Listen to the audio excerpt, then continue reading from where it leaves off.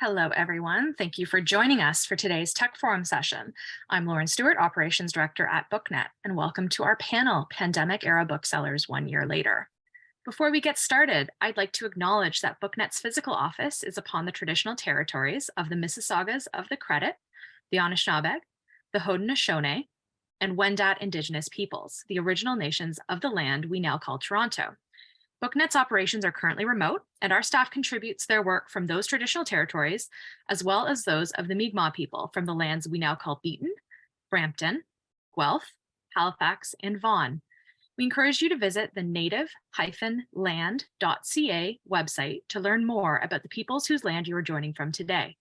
Moreover, BookNet endorses the calls to action from the Truth and Reconciliation Commission of Canada and supports an ongoing shift from gatekeeping to space making in the book industry.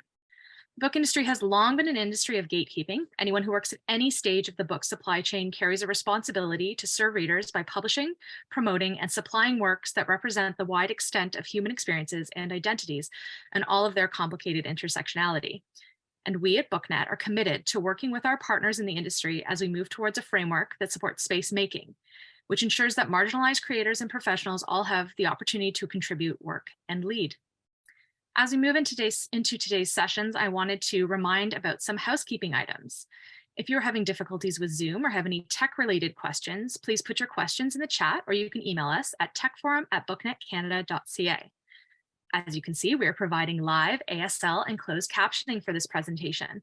To see the captions, please find the Show Subtitle button in the Zoom menu at the bottom of your screen. If during the presentation you have questions for the speakers, please use the Q&A panel found in the bottom menu. Lastly, we'd like to remind attendees of our code of conduct.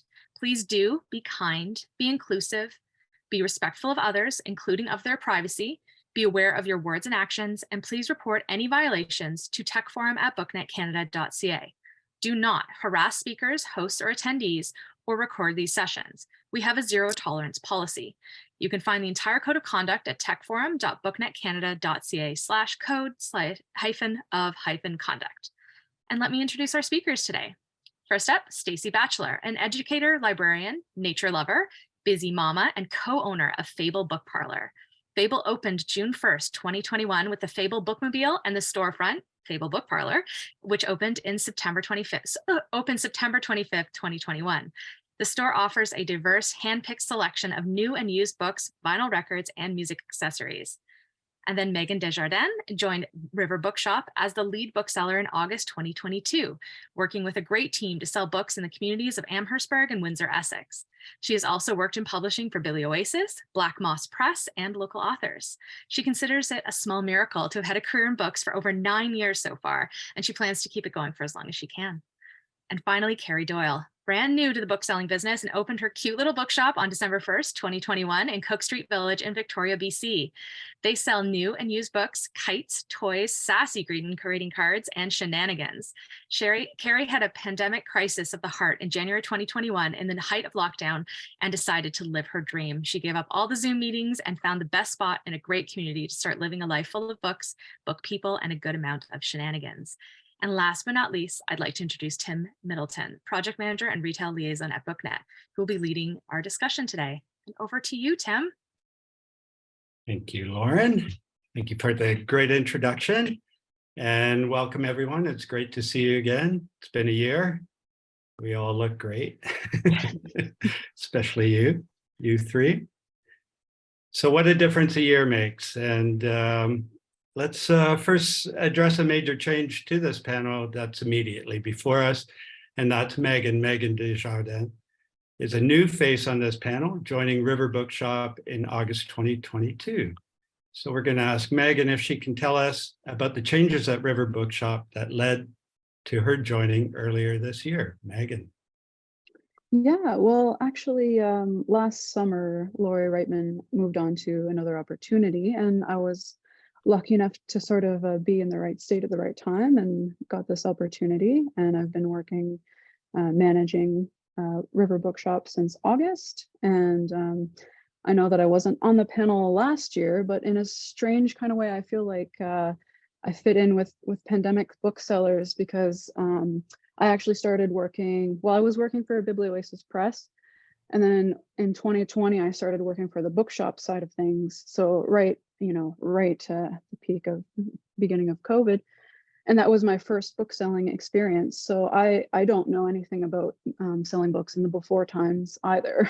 So I was there then, and now I'm here. So different bookstore, but I think my experience is similar in a lot of ways to yours. Yeah, it's kind of a sad statement, the before times, but Yeah, we all understand it.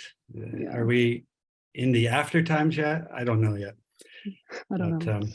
we'll move on and we'll figure that out. So this question's for everyone, and it is specifically about the end times.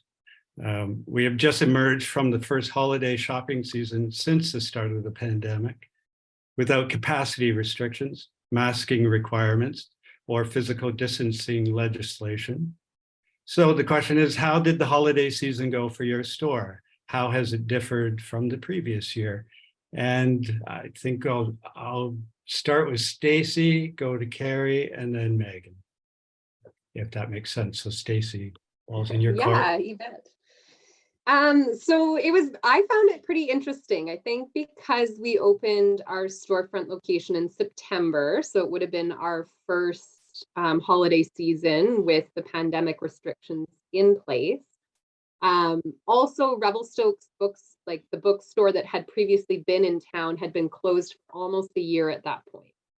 So I think that there was a few factors of people just being really excited to come into a new space as well. So I think it's probably partly us being in our second year and being more comfortable. It felt actually less busy this year than last year. But I think when you actually look at sales, we're on par and a little higher than last year. So even though it felt hectic and busy and crazy last year, we're remarkably similar and a little bit higher this year. Not to the extent that I would have thought, but consistent in a good way. I think not having that stress of constantly managing how many people were in the store, that mental energy of having to, especially in the holiday rush, be stopping people at the door and saying, no, sorry, you'll have to wait. We've already got 8 people. Because our store is very small. So, we wanted to be really aware of, and there wasn't like a real firm guideline here in Revelstoke. You can only have this many people. So we just kind of decided based on, at that time anyways, last holiday season. So I would say last year we saw more sort of rushes in our sale. When I look at Book Manager, it's like, say between noon and 2 p.m. it was like all the sales from the day were there. Whereas this year it's more spaced out, and I don't know if that's maybe more people on vacation who aren't, only shopping during their lunch break or something like that. Revelstoke is a big resort town, so perhaps, the nature of that just has to do with having more people wandering around town at different times. I love that. That's a really neat distinction about being busier but feeling less stressed. if that's sort of my takeaway from what you're saying, but the spacing. Carrie, what's your story for it? So we opened December 1st last year. So what? I just can't even believe it anymore sometimes. I remember. So obviously much less stress this year, but we didn't, because of the pandemic, we couldn't do a grand opening party. But so this year on December 1st, we did a birthday party and we were able to welcome everyone in, and it was awesome because we knew everyone. So not being able to announce with the big grand opening last year, but the alternative of being able to invite and thank you to all of the customers over the year from the village and the community was so awesome. It was a really busy day sales wise, but mostly, we had champagne and cake and charcuterie and donuts. It was an all day thing. So that was awesome, as far as like silver lining of not having a grand opening and taking that money and putting it into a birthday party instead. And then sales wise for the month, like it was almost double what we did last year, which I thought was a really big number last year. So it was really, I was very happy about that. And also, like what Stacy said, it wasn't as hectic either. Like obviously, because we also were victims of the atmospheric river right before I opened. And so a lot of our stock wasn't there when I opened December 1st. So I had a lot of stock there since September, you know, with all of the promos and stuff. So it wasn't as much of a panic ordering things to put it on the shelf and all of that. So it was much more smooth this year, and overall very successful. Oh, that's great. Sounds like it was good to open during the pandemic then. I don't know anything else. That's right. And Megan, Yeah, you'll have a different story, I'm sure. But for sure. But at the same time, yeah, it was a successful holiday season. Mhm. Sales were up, which is good. I know they were up in the industry. It makes sense. People are able to go out more. I think not just a lack of lockdowns, but people seem to have a greater comfort with COVID-19 right now. So more people are out and about. And I know that is probably the biggest change, because I know last year Lori had said that one of their challenges at that time was just making sure people even know that we're here, because they were very reliant on social media then. And now people can be walking by and just see the store. Like I see people come in with bags from next door, like, oh my God, I didn't know you were here. So even though we're on quite a main street corner, so now at least people are able to discover us physically as well. And that really helps. Yeah, for sure. Okay, well, speaking of atmospheric rivers and inventory issues, brings us to the third question. So many of you had feedback for your supplier and publisher partners at last year's panel. I think a memorable quote from Carrie was, "Burn it down." But how has your relationship with your partners developed over the past year? And we'll start with Carrie. All right. Well, Megan, and then Stacy. I'll apologize for that. A year later, I understand it a little better, so maybe it was on me. Also, I did really not have that many at the beginning, suppliers. So one of the things I did last year is create way more supplier relationships. I was invited to the Western Booksellers Reps Association Book Fair. So that was really good for me. It was my first book industry event. So I got to see the presentations on the books. At that last January, I hadn't even talked, but barely talked. I had talked to one rep or two reps at that point, and that's it. I hadn't seen anybody. And that was because of the pandemic as well. So I have way more suppliers now, which has made it honestly worse. Everybody has their own terms and how you order and deal and all of that stuff and pay, but I understand it more. So being out of the pandemic and being able to go to these events and talk to other booksellers and also directly with the reps is a huge bonus. Yeah, so a lot of frustration just from not even being able to get to know who your reps were. Yeah. Overcome. Yeah, that's awesome. Megan, your Yeah. relationship. Yeah, I mean, I'm in the process of building relationships with the public, like the suppliers and the reps, publishing reps. I mean, the pandemic has definitely affected that as well, because I mean, there's the store's relationships with them and my relationships, but even at the store level, I mean, because of the pandemic, a lot of the reps haven't been able to come and see the store, and so there's sort of a disconnect physically again. So I would say that's one of the ways the pandemic has affected it. But thankfully, we have, book fairs, and I've been really reliant on those. I've been able to make a lot of good connections that way, and I find them really helpful. So grateful for that opportunity. So yeah, just I started in August, and I'm just kind of getting my footing and building those relationships now. Yeah. And picking up a theme, the return of the book fair, really important. Yeah. Stacy, how about you? Yeah, I think a couple things there for sure. Meeting people in person was huge, and Carrie was at that same conference. It was also Kristen and I's first time kind of doing a book world event like that, and getting to meet the reps. It was hugely eye-opening, not just to hear what other booksellers are doing, but to find out what the reps actually can do for us. So Mhm. some of the things like working with the publisher or the rep to have a co-op. So you're going to feature, some of their particular books, and they'll support you with like advertising funding and stuff like that that we had absolutely no idea about. The other thing that I think has been really neat over time, and I think so, obviously that meeting people face to face, that had to happen, after the pandemic restrictions were lifted. But I think the other side of things is just having been open for a store as a store, and having a track record behind us now. So I find the reps are actually really good too. It's saying, hey, we noticed that, we're in Revelstoke, so we sell a lot of hiking, nature, whatever kind of backcountry books. So it's neat that the reps sort of handpick and select things and say, based on what you sell, I think this is great.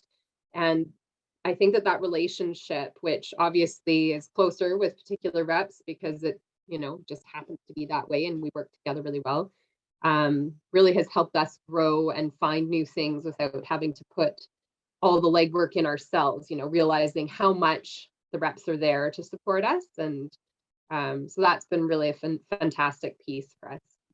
Oh, that's great. Sounds great. Great story. Great to hear the reps are sort of that, I don't know, a third employee or fourth employee, however they can bring all the great ideas. I'm drawing on years and years ago of being a bookseller myself, knowing how important that was. I can't imagine not having that in place. So let's move on to our fourth question. In our first panel, we spoke about leadership and your role in the community. So a really important role that independent bookstores play.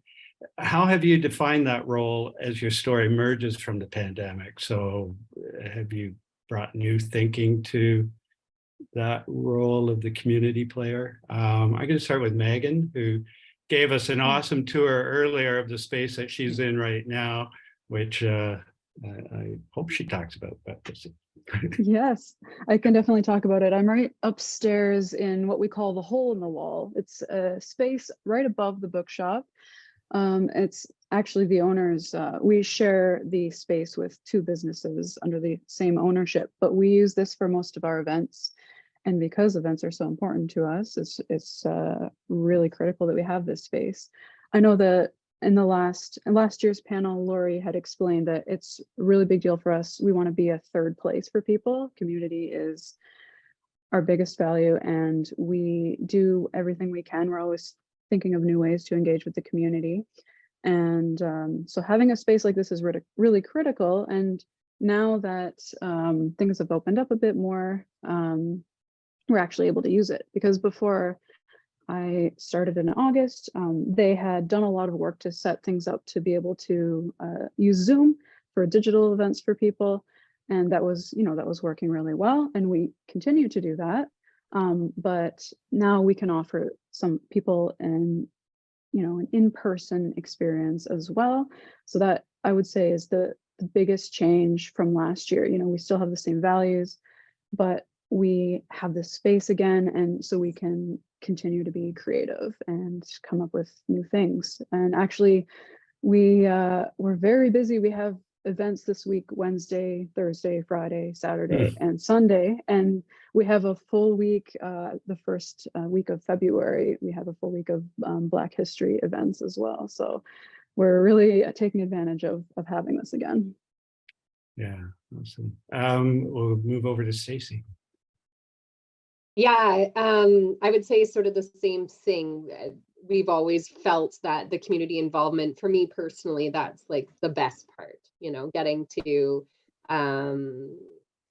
collaborate with different business owners and different groups in town. So we had a lot of ideas circling around as to different event nights, you know, philosophy night or a poetry night, or we do the book club, being books and music. We're the music store in town too. We have a little stage at the back. We did host concerts last year, but especially in a small space, you know, it had to be, you had to stay in your seat. You could only have your mask off if you were drinking. You could only have, you know, whatever amount of space between chairs. So we made it work. Financially, it didn't really make any sense because limiting the number of people in a small space, you know, to be able to pay the band and all of that was the challenge. So this year, getting to kind of cram people in in as much a comfortable way as you expect to, and for people to feel more free to move around. It's been really great to be able to finally offer the number of events that we've wanted to. And I guess it kind of echoes what I said before, but just the lack of stress for me, like hosting those events and trying to always have my finger on the pulse of what exactly the particular requirements were. And then, you know, the night of stressing about like, oh my gosh, I hope we're doing it exactly right. Because what if someone comes and asks us or looks? And people weren't really in small towns, you know, coming around and checking. But it was always this worry in the back of my head, you know. So it feels really, really good to be able to just, if you come up with an idea, yeah, let's do it. And know that luckily enough, we have the community support here too to you know, fill the house and make the event a success. Yeah. Carrie, I know you talked about your birthday party, but Yeah, so that was a big event. yeah, I run so many book clubs, and this Wow. is what's happening at my bookstore. So I run 6 book clubs a month out of the bookstore right now. I just started a ripening one for older ladies, and then they are so popular, they fill up immediately. I have a 50-person wait list for them. The community is screaming for this kind of connection. So I have done some author type events, but it is kind of just me doing it. So I also need to be mindful of my time. So the book clubs are crazy popular, and I love doing them. And it is and these people, they don't pay much, like they don't pay anything to go to book club, but they're also my best customers, and they are the evangelists of the bookstore. So you can buy a book anywhere, but can you come and talk about your book with this group of great people and everything? Not so much. So, and I also run some story times outside, just because we're in Victoria. So that works pretty well. Oh, so yeah, lucky you. Yeah. Yeah. That I love the realization of the evangelism that goes on with your reading, loving people. So recognizing that is so important. Question 5, are there any pandemic driven initiatives you're planning on keeping post-pandemic if we ever truly get out of this? But it sounds like we're, you know, halfway there. Stacey, we'll start with you. I know. I would say, like, we always intended to have a fairly well-rounded online store that people could go and purchase things from. During the pandemic, we had it set so that you could pay and then just pick up. But that feature, the way it runs with Book Manager, you actually have to like type in their credit card info, and then you get charged more from the card company. Plus, then people aren't coming into the store to wander around. So we have shifted from allowing people to pay online, that you can still pay through PayPal because you don't get charged that overhead fee. But by and large, you can purchase things online, but you still have to pick them up and pay in the store. So that one, I would say, kind of opposite to what you've said. That's something we did during the pandemic, and we're not gonna, you know, continue because we want people to come in. We want to talk to them. We want them to see the space and maybe happen upon other things they wouldn't have purchased otherwise. I guess that probably in a broad sense, as a general, like as a retailer, I hope that people, and I've asked for our staff, if you have a cold, to wear a mask when you're working, even if you're not COVID positive. Just, you know, let's not spread those germs. If you're going to go out of the house, and I want to come to work if I've just got the sniffles, but I'm going to wear a mask just because I feel like it doesn't seem as weird now. When I see someone with a mask, I just think, oh yeah, they've probably either got a cold or they're just coming out of having COVID or something. So my hope is that, you know, the hand sanitizer and the masks and just that awareness around, let's, you know, not spread all these things to each other all the time. Yeah, my hope is that is a carry through from COVID. But other than that, I'm pretty much ready to wash my hands of most of the other measures. Appropriate metaphor. I do like the cultural shift of the awareness of how germs are spread, really important for us. And to normalize that mask wearing is not a bad thing. So Carrie, and also I endorse Stacey saying what you're not going to do too, like that you did during the pandemic. So yes, take it that angle too. Yeah. Yeah. The one big thing I read from Michael at Mosaic somewhere along the lines was having an online presence is good, but, you know, just be careful. I am a bricks and mortar store. So the short answer is, I guess we'll get to that, but mostly no, I'm not keeping anything from the pandemic. I have hand sanitizer on the thing and I have masks if you want one. But other than that, not really. Although I like what you said, Stacey, about the wearing a mask if you have a cold, for sure. That's a great idea. And also maybe about the pickup. I didn't even think of that. So on the website feature. That's the beauty of these panels and sharing ideas. Megan, any takeaways from the pandemic? Yeah, I would agree with that as well. Actually, just the health aspect as a whole, you know, sanitizing, masking, and also just like if staff is sick, like if they're really sick, just stay home, even if it's not COVID, you know, depending, of course, on the circumstance, but like being more careful, I think, than we would have been before this pandemic, playing it safe. And then one thing that is important for us to keep is just the online presence and the website. In fact, we want to push it even further. We're in the process of developing a new website, and that will allow us to do a lot of fun new things because we want to be a virtual third place as well. And we need better infrastructure to be able to do so. But, you know, because of COVID, those things were put in place, and we learned a lot and learned about what works for us. And now we want to push it further and offer more. So I think maybe, I think like in that way, the importance of online spaces during the pandemic, I personally think that, you know, it caused a lot of stores to have to adapt and often in good ways, in things that can remain and can be used after the fact. So that's sort of how I look at it. Okay, thanks. Question 6. We're very interested in how you approach online sales. So this is digging a little deeper into that. So, and marketing, of course, in a post-pandemic retail environment.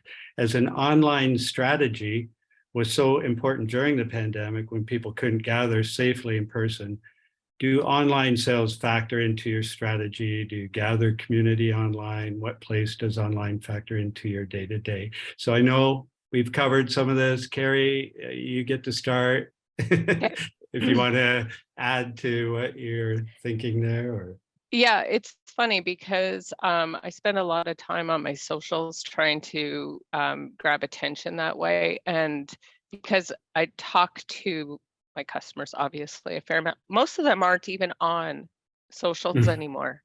It blows my mind. I'm like, take a picture of my book club. I said, I'm going to post this on Instagram. Do you guys care? No, we're not even on there. Like none of, like, I don't know if it's just my community because they're older or younger, really. Both of them don't go on Instagram or maybe more on Facebook. My biggest thing for marketing is my email newsletter. I get the most traction from that. My website, I set it up because I set it up in December, right? And it's Book Manager, so it's easy, but I haven't done anything with it. It is on my goals to do more with it. However, I am a bricks and mortar store, and shipping is prohibitive. And so I mostly want, like what Stacy said, people to come into the store. So the website has to look good to show what we have, but mostly it's a walk-by store, it's a come-in store. So I'm lucky enough I didn't have to worry as much about online and compete with what else exists as far as online goes. But no, I would say I'm going to continue doing my socials because you have to, but my focus is on my email newsletter that I send out, and then making sure everything's up to date on my website and it's user friendly. And I think that might be my demographic maybe, but mostly I have a bookstore because I want to talk to people in the bookstore. Right. Yeah. It could be demographic, could be screen fatigue, it could be so much of that. Yeah, really interesting. And also, seeing the number of layoffs that are happening in the tech industry sort of indicates it's not just your demographic, that this is happening in a big way. Megan. Yeah, I find that really interesting to hear. I mean, we do have, I would say, more interest from our newsletters than from social media, but even so, different Facebook, Instagram, Twitter all get sort of a slightly different audience, and so we still find all of them to be important, even if it's just for a couple people. But like I was saying before with the new website, like when we do have that in place, we'll be able to push online sales in a new way. Right now we do get them, but they're not a huge percentage of our sales. We are very much, we are offering, the in-person browsing experience, and that's something we think we can do well. So people come to us for that. But I do want people to know that we have our website and they can order from us that way. They can order and pick it up, or they can, just order and get that special order coming on the way here. So all of that is important to me as well. And I want to be able to push that once we have our new website. So, I mean, it's like online sales and marketing continue to be really important for us, especially with our goal to become a virtual third place. But at the same time, we are a brick and mortar store, and people can browse us finally. So we are putting most of our focus there, I would say, right now. And Stacy, tell me you're using TikTok. Well, I believe it's actually Book Talk. Oh, Book Talk. Oh, sorry. I do. We have a Fable Book Parlor Book Talk, TikTok account. I have yet to really engage there, but I have a few very loyal customers who take recommendations from, and they refer to it as Book Talk. Like there's a whole Book Talk culture out there. So when we design our Instagram, reels and stories, some of the inspiration there is coming from Book Talk. You hold your book and you show the title here and it flips and it's another book, and you pair it with special music and all the rest. So I would say that looking at the data that we get from Facebook and Instagram, our online demographic is very much women from the age of say 25 to 45. That speaks to sort of Revelstoke being quite a young place as well, but like a young family place. So I think that we are actually probably that ideal, maybe middle zone that Carrie's missing. Because I have a high school employee and she's the same. She's like, I am not on Instagram or Facebook. And then of course you have an older generation like my folks are, but not everybody is. And ours, I think, is actually that middle zone where people go on Instagram to see what's happening in and around town and at your favorite stores. So the online presence is definitely important to us for marketing and getting word out there for you know, what we're doing. For instance, you know, we do have a small footprint, so we choose to not bring multiples of books in most of the time. You know, if it's a really, you know, we know this is going to be super popular, yeah, we'll keep some back stock. But what we want to encourage is for people to pre-order. So, you know, with Prince Harry's book coming out, we did a push of a few different Instagram posts of like, if you want this book, pre-order, because, you know, it's $37 and it's a hard copy. I didn't want to bring in 20 books that are just going to sit on the shelf. So using the online piece is super important to us. What's been fun recently is we did add, which again, Book Manager recently updated and allowed us to do that. So for our music events, there's now a button that you can create a ASAN for tickets, and you can just click on there to, again, you're reserving your ticket because we're not really allowing people to pay online. But for our music events, it's like 45 people solid, no more than that. We cannot fit them.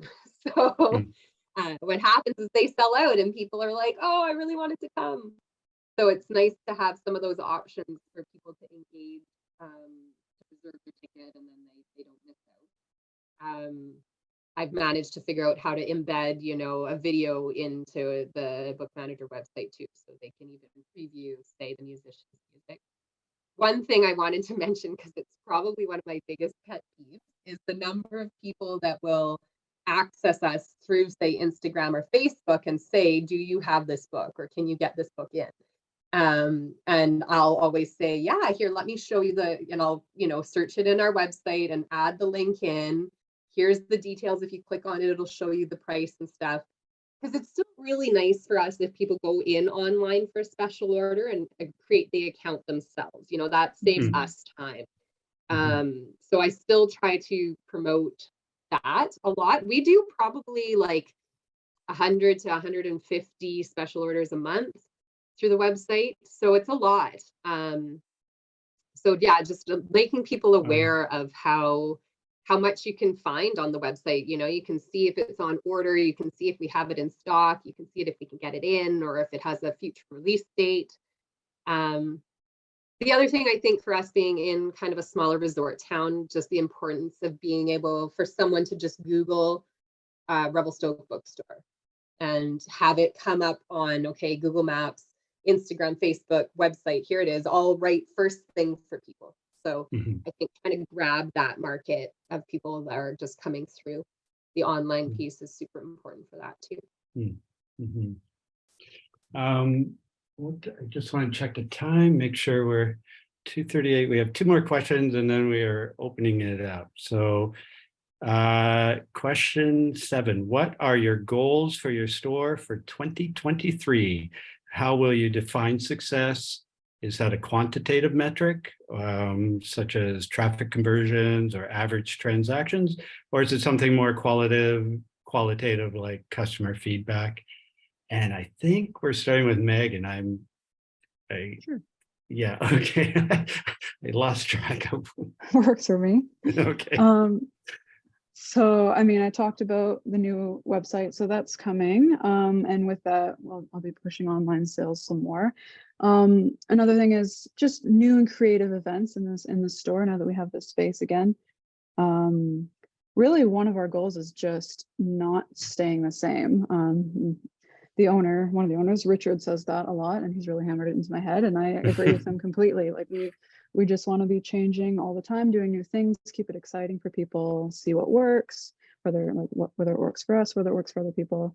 So that would be one of our goals. And of course, we do have some sales goals. But one of the things that I really pay attention to that's really important to me is just like listening to customer feedback about our events, about our displays, like the books they're reading, the books that we recommend, you know, whether they liked them, because we are a third place and community is so important to us.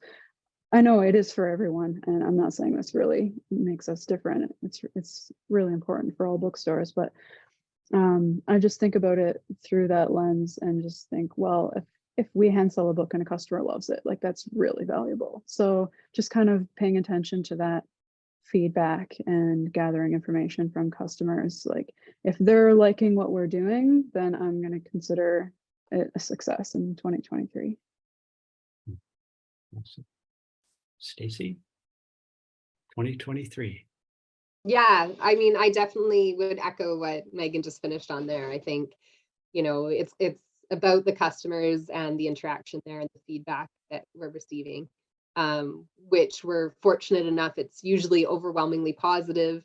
I think goals for us for 2023 is finding ways to be able to balance all those things, offering the community events, bringing in the books that people want, bringing in the books we want, within the constraints of being a small space.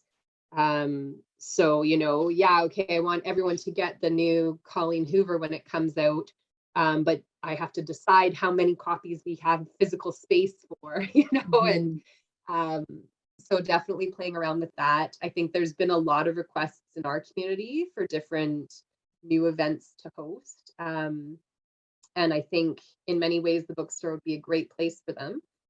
However, kind of what Carrie said is, it's really just Kristen and I, and we have young families. So it's this balance between finding how to do it all. So I think one of the measures for me for 2023 will be feeling that we found that balance, finding how to say no to things, because that's hard too.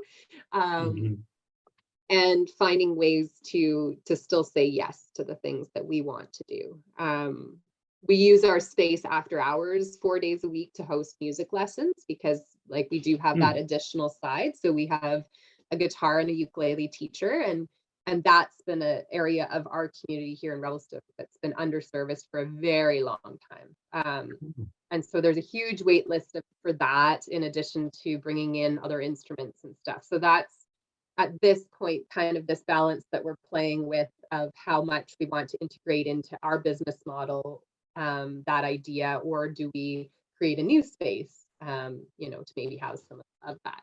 So, but overall, I think, yeah, goals of finding the balance, keeping the customers happy. And I guess I would add as well, I'm still learning about all the things that are out there that we can apply to, A, as a small business, and B, being in the book industry. I recently found out and applied and got a grant from Alacrity for digital marketing, which I didn't have any idea about that was a thing.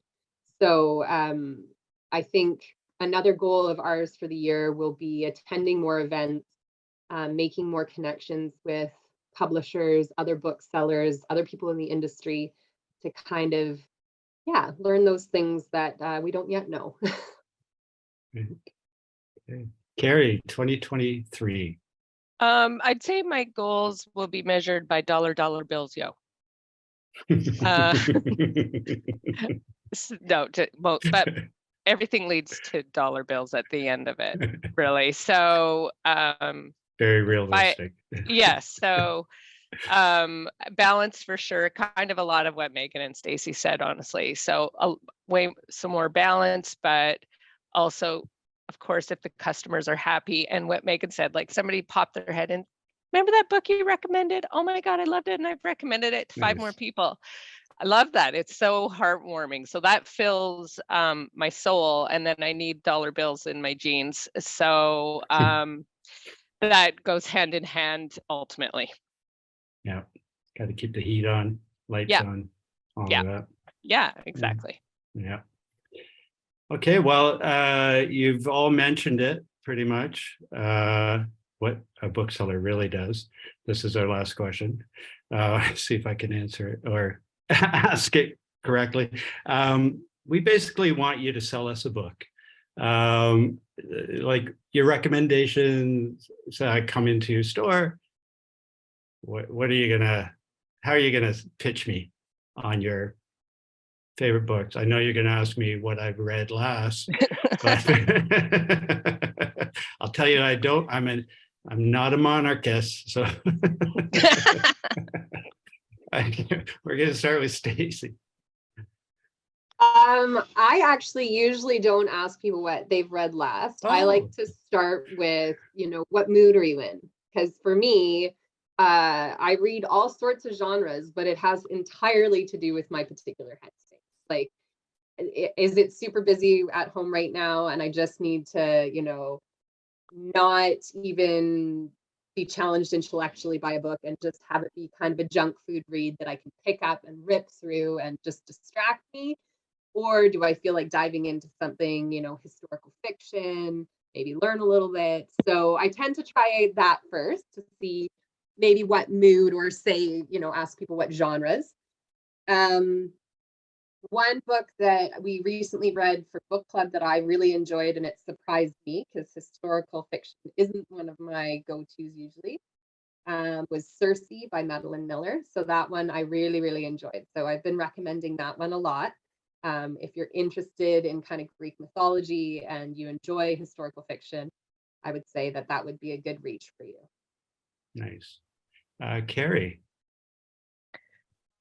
I always ask all the questions, but in this instance, I'm going to say what I have been doing is pushing people out of their comfort zone, and I have been recommending Ducks like crazy. Oh, I love that book. So I love that book. It's a graphic novel.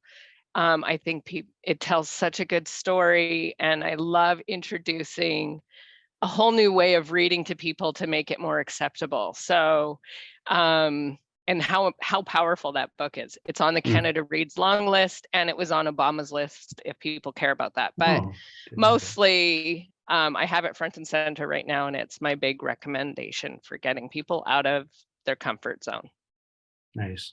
I read that and gave it to my daughter for Christmas. So, yeah, it's a great one. Yeah. Megan.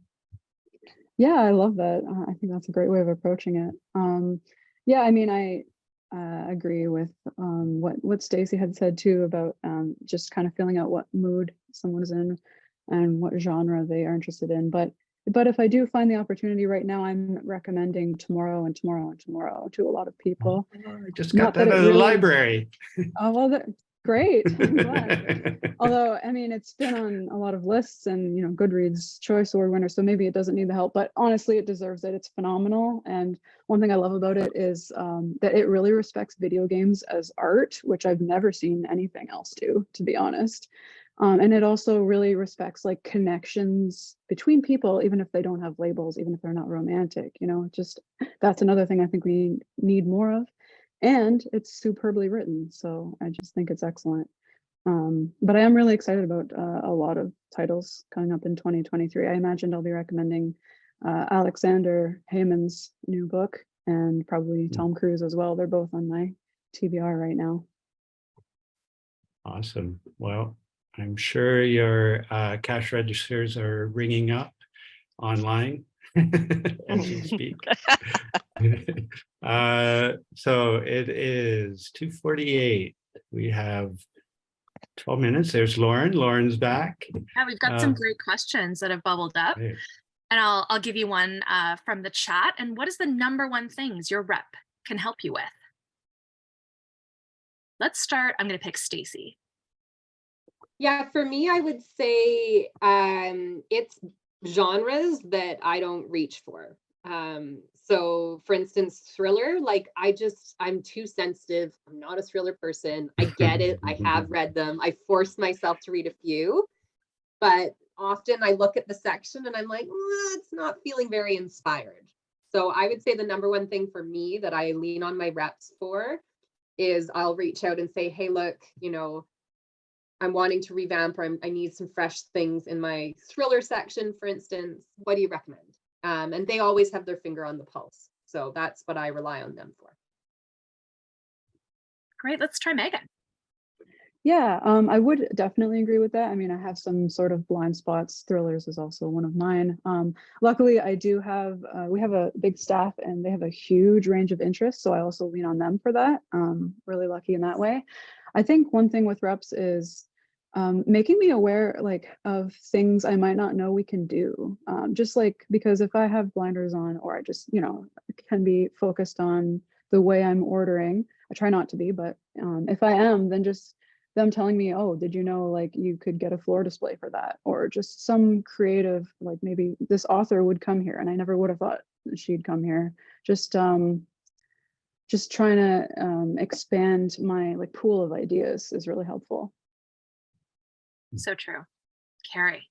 I have nothing to add because they have completely answered it. Really, both things like promos, and what other things I can do. That is so helpful for me because I am the only person doing that. And then the same thing on other genres, like, please, somebody help me with manga. I don't know. I read thrillers, but manga, oh, I feel like saying I don't have it. But anyway. The perfect follow-up for you, Carrie, because if you didn't have something to offer there to go on top of Stacey and Megan, this is a question about book clubs, which clearly, oh yeah, book clubs here. Yeah. Can you talk more about your book clubs for those of you that host one? What is the uptake like? Do you limit the number of members? Do you hold the meetings in person or virtually, or is there a hybrid element? Do you choose the book or do the members vote? How does that all work? Bookstore, book club queen, Carrie. I really am. And so I host 4 committed book clubs. They are limited to 12 people. They are held only in the store. There is no virtual aspect. I mostly pick the books. So they're the 4 during the month. They are typically different books.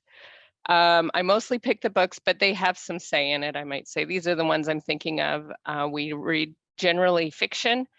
I also started a quarterly book club because I was overwhelmed with how long the wait list was. And so then we just held that and we discussed 3 books. That was fantastic. That was also really good. Yes, I do have a wait list for the book clubs, but I'm just about to get rid of it because I started a new book club, which is a drop-in book club. And the wait list was a lot to manage. And so it's like, oh, somebody quit, but mostly people don't quit is what also the problem is. And so then I have to go through the wait list and say, are you interested in which day? And it was too much work. So I'm saying, if you're a member of one of the quarterly book clubs or the monthly drop-in book club, you will be asked if you want to join a committed book club. So that's how I'm changing it. I run all the discussions. We had like Christmas party kind of thing in December. You know, we had some mulled wine and people brought snacks.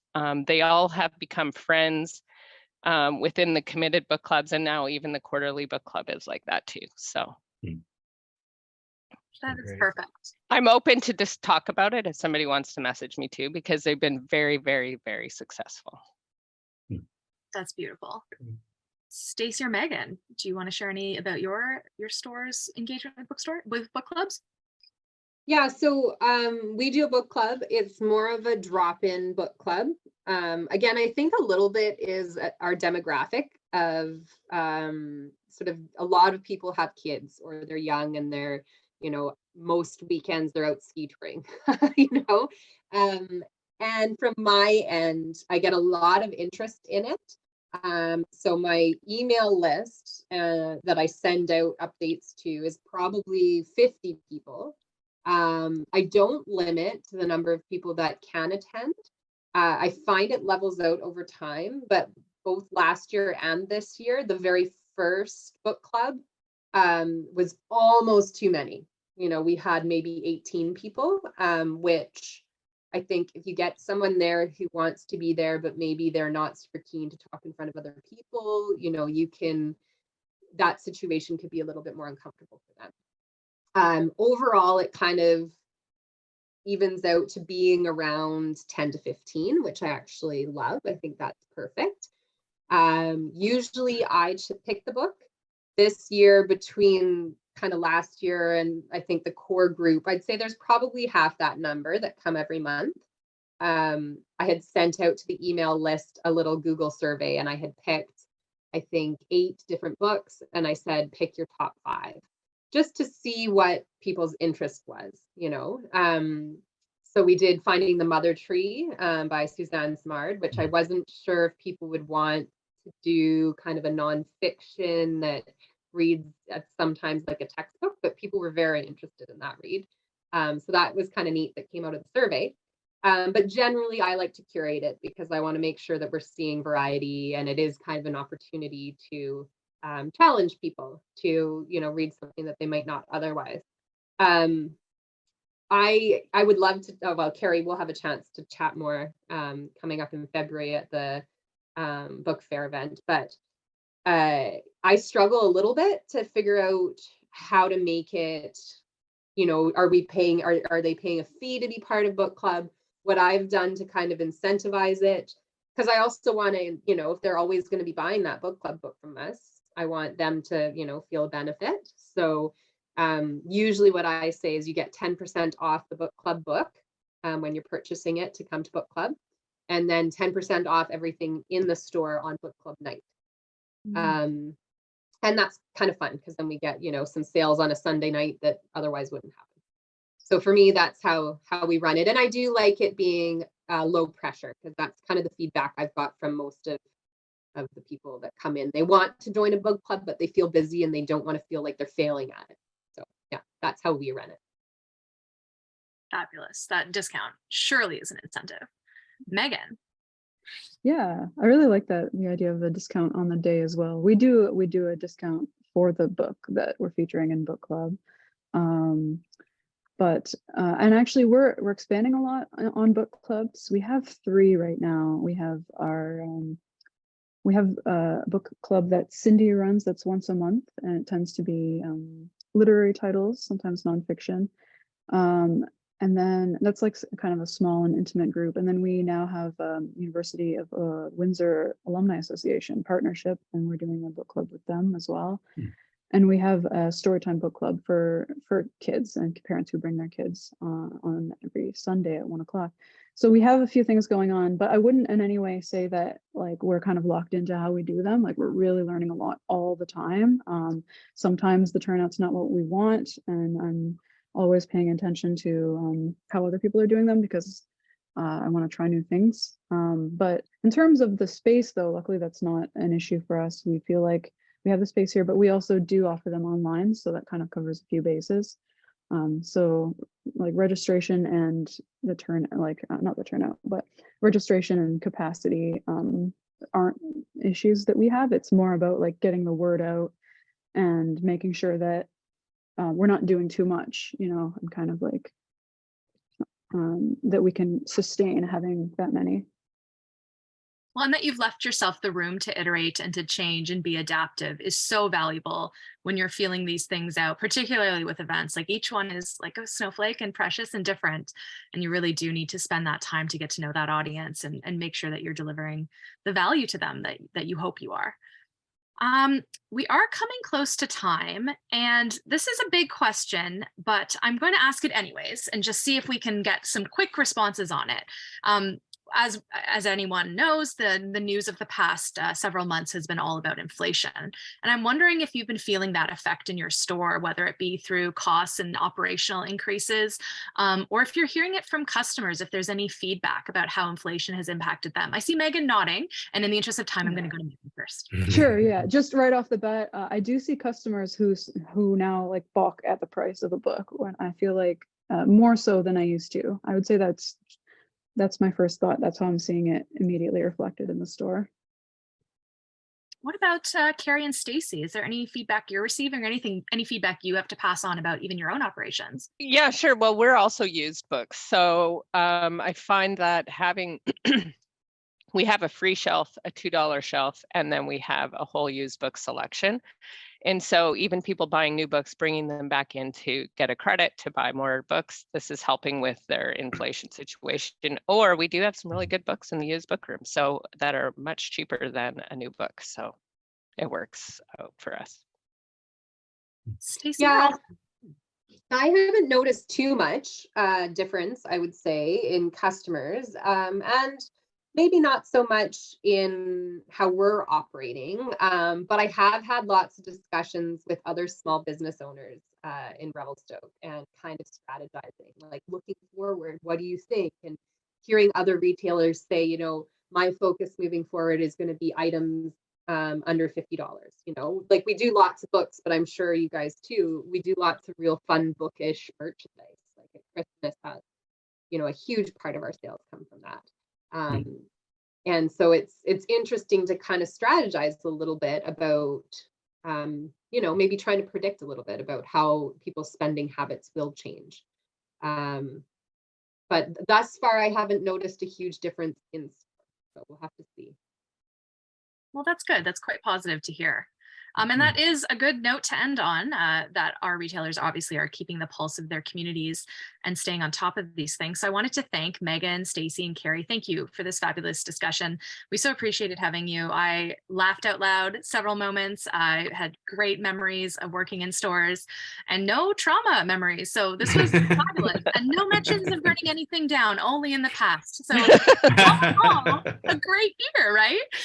So before we go, we would love it at BookNet if you could provide feedback on this panel and the registration process. We have a link that we'll be dropping in the chat shortly, and we'll also email it to you. If you can, please take a couple of minutes to fill it out. We'll also send you a link in your email to a recording of this session as soon as it's available. And finally, we'd like to thank the Department of Canadian Heritage for their support through the Canada Book Fund, and to all of our panelists and all of you for attending. We so appreciate this, and we hope to see you again in the future. Thanks, everyone. Thank you so much. Thank you. Thank you. Thank you. Take Thanks, everyone. care.